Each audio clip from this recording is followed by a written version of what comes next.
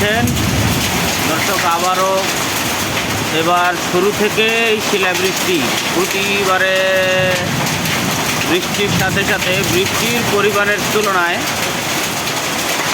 পাথরের শিলাবৃষ্টির ওই শিলার পরিমাণটাই বেশি।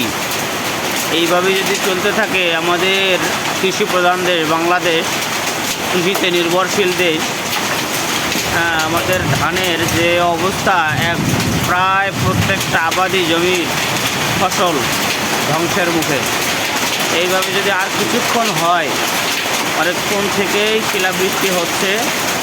দেখেন, আপনারা হয়তো স্ক্রিনে দেখতে পাচ্ছেন কিনা, স্পষ্ট পাথরগুলো দেখতে যাচ্ছে। হয়তো মোবাইলের ক্যামেরায় ঠিকমতো অতটা বোঝা যাচ্ছে না, কিন্তু বাস্তবে খুবই ভয়ঙ্কর অবস্থা। বৃষ্টির তুলনায় শিলার পরিমাণটাই বেশি।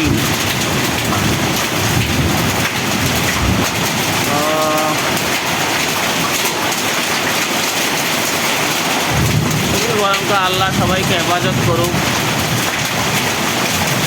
দেখেন কি একটা অবস্থা।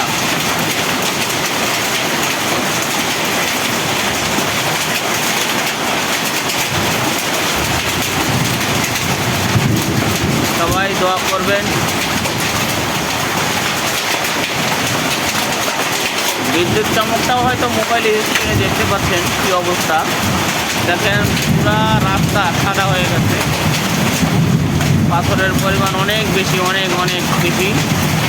খুবই ভয়ঙ্কর অবস্থা।